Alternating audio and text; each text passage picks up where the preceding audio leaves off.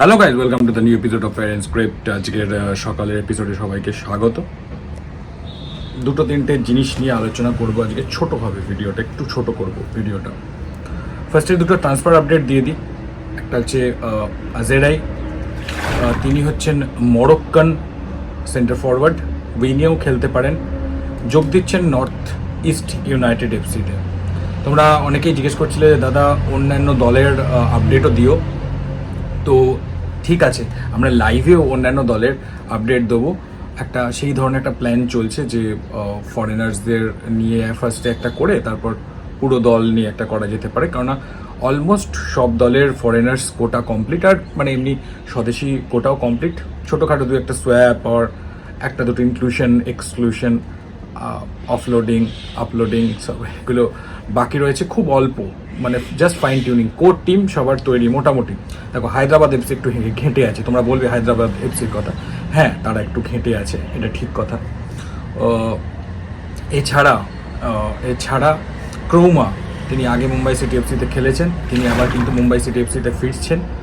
Senior player, আমরা দেখেছি তার খেলা, ভীষণ ডিপেন্ডেবল একজন সেন্টার ব্যাক, তাকে ফেরাচ্ছে কিন্তু মুম্বাই সিটি এফসি। তো এই দুটো ট্রান্সফার আপডেট ছাড়া আর্শের কথা কালকে লাইভে বলেছি যে আর্শ অলরেডি গোয়াতে এফসি গোয়ার সঙ্গে প্র্যাকটিস করছে এবং তার সই সাবুদের ব্যাপারটাও কয়েকদিনের মধ্যেই কমপ্লিট হয়ে যাবে। তখন বলতে পারবো যে কতদিনের জন্য সই করেছে বা কি হিসাবে সই করেছে, কারণ 2025 অবধি তার কন্ট্রাক্ট ছিল মোহনবাগানের সঙ্গে। তো সে কি মিউচুয়ালি টার্মিনেট করে গেছে আর তাকে ট্রান্সফার দিয়ে নেওয়া হয়েছে, সেটা তখন একটু পরিষ্কার করে বোঝা যাবে। কারণ আমরা মোটামুটি ডুরান্ট কাপের সময় বুঝতে পেরেছি, কলকাতা লিগের খেলার সময় বুঝতে পেরেছিলাম আর্শ নেই, প্র্যাকটিসও করছে না, এবং তার প্রাথমিক দলে যখন নেই তখন বুঝতে পেরেছিলাম যে কোথাও সে যাচ্ছে। এফসি গোয়া যখন প্র্যাকটিস শুরু করেছে বোঝাই যাচ্ছে যে এফসি গোয়ার সঙ্গে তিনি আছেন এবং মোস্ট প্রবাবলি তাকে সইও করাবে এফসি গোয়া। মোটামুটি 1-2 দিনের মধ্যে এটা কমপ্লিটও হয়ে যেতে পারে। এবার আসছি আনোয়ার আলীর কথা, যেটা কালকে বলছিলাম যে আনোয়ার আলীকে নিয়ে কি স্ট্যান্ড নিচ্ছে মোহনবাগান সেটা বলার খুব মুশকিল। সেটাই সঞ্জীব গোয়েঙ্কা কালকে প্রেস মিটে বলছিলেন যে দেখো Anwar Ali is a very sweet kid, I am fond of him, কিন্তু তাকে নিয়ে কি স্ট্যান্ড নিচ্ছে সেটা বলা যাবে না, সবার সামনে বলা যাবে না। তো এটা তিনি পক্ষান্তরে বুঝিয়েও দিয়েছেন যে মোহনবাগান চায় যে আনোয়ার আলী খেলুক, কিন্তু এবারও এর পেছনে কিছু কন্ডিশনস আছে, সেই কন্ডিশনসের ব্যাপারটা আছে। একজন সাংবাদিক প্রশ্ন করেন যে একটা অনিচ্ছুক ঘোড়াকে নিয়ে কি এই বলতে যাচ্ছিলেন যে আনোয়ার আলীকে অনিচ্ছুক ঘোড়ার সঙ্গে তুলনা করতে যাচ্ছিলেন, যেটা অনেক জায়গাতেই মিডিয়া রিপোর্টে উঠে আসছিল। বাট সঞ্জীব গোয়েঙ্কা তাকে সঙ্গে সঙ্গে থামিয়ে ক্রস করেন যে আপনাকে কি বলেছে, মানে আপনি কি করে জানলেন যে সে আনউইলিং হর্স। এটা ঠিক যে অনিচ্ছুক ঘোড়াকে নিয়ে যুদ্ধে যেতে যায় না, তো এটা উনি বলেননি, মানে এটা আমি বলছি। কিন্তু আনোয়ার আলী যে অনিচ্ছুক ঘোড়া, এইটা আপনাকে কি বলেছে? তো সাংবাদিক চুপ করে যান। তো তার উত্তরে তিনি বলেন যে মোহনবাগান কিন্তু একটা ইনস্টিটিউশন, তো এরকমভাবে বলে দেওয়াটা উচিত না যে অনিচ্ছুক ঘোড়া বা এই ধরনের কিছু। ব্যাপারটা সেটা হচ্ছে হ্যাঁ তিনি কিছু কন্ডিশনস হয়তো চান, সেটা আমি বলছি, কিন্তু সেটা সঞ্জীব গোয়েঙ্কার ভাষা নয়। আমি বলছি যে আনোয়ার আলী কিছু কন্ডিশনস চান, যেমন ধরুন পার্মানেন্ট ডিল তাকে যে দেবে সে পাবে, এই ধরনের কিছু একটা হবে হয়তো। তার মানসিক অবস্থার কথা আমি বলছি আনোয়ার আলীর। তো এইটাই হচ্ছে ব্যাপার, এর থেকে ওপর নিচে কিছু নেই। বাকি তো 2 তারিখেই প্লেয়ার স্ট্যাটাস কমিটির প্রাথমিক যে হিয়ারিংটা রয়েছে, শুধু কিন্তু আনোয়ার আলী নয়, তার সঙ্গে আরও কয়েকজনের হিয়ারিংও রয়েছে, এটা কিন্তু তোমাদের মাথায় রাখতে হবে।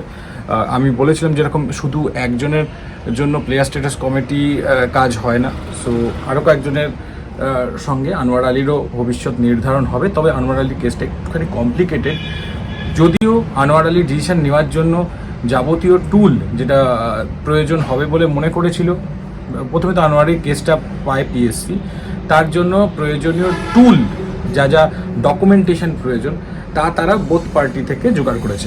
এটা কিন্তু আনোয়ার আলী ভার্সেস মোহনবাগান, এখানে কিন্তু আর কেউ নেই এখনো পর্যন্ত। দিল্লি এফসি নেই, দিল্লি এফসি আসবে।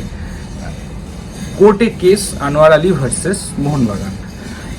এবার হচ্ছে ব্যাপারটা যেটা যা ডকুমেন্ট তারা কিন্তু চেয়েছেন, কিন্তু ভবিষ্যতে আরও অ্যাডিশনাল ডকুমেন্ট যদি দরকার হয় বা কিছু, তাহলে কিন্তু এটা কিন্তু রিহিয়ারিং হতে পারে, আবার আরেকটু এগিয়ে যেতে পারে। আবার ডিসিশনে চলে আসতে পারে, কারণ দুটো দলই চাইছে, মানে দুটো পক্ষই চাইছে যে মানে আনোয়ার আলীর কেসটা সলভ হয়ে যাক। সো কোনো প্রশ্ন থাকলে বা কিছু হলে সঙ্গে সঙ্গেও সেটার উত্তরগুলো চলে আসতে পারে। সবচেয়ে বেশি চান্স আছে কোনো একটা ডিসিশন চলে আসার, তার মধ্যেই চলে আসার একটা চান্স আছে, যেহেতু এটা প্লেয়ার সংক্রান্ত ব্যাপার। প্লেয়ারকে যত তাড়াতাড়ি মাঠে ফেরানো যায়, এটাই হচ্ছে প্রাথমিক উদ্দেশ্য প্লেয়ার স্ট্যাটাস কমিটির, পিএসসি। তো সেই কারণেই খুব তাড়াতাড়ি দ্রুত সিদ্ধান্ত নেওয়ার কথা আসবে, এবং সেই সিদ্ধান্ত যদি আবার পছন্দ না হয় কোনো পক্ষে, তাহলে তো পরের ব্যাপার, অন্য কিছু হতে পারে, মানে অন্য পরবর্তী পর্যায়ে তারা যেতে পারেন বা নাও যেতে পারেন, সেটা তার ওপরে নির্ভর করছে কীরকম ডিসিশন আসে পিএসসি তার। আনোয়ার আলীর ব্যাপারটা মোটামুটি আশা করি পরিষ্কার। আনোয়ার আলীর ঘটনার পর আমি বলেছি মোহনবাগানের আরও কিছু ইনক্লুশন হতে পারে, হ্যাঁ অফলোডিংও হতে পারে একটা, সেটা দেখা যাক কীরকম প্রোগ্রেস। এক্ষুনি এই মুহূর্তে দাঁড়িয়ে বলে দেওয়াটা একদমই মানে পসিবল নয়।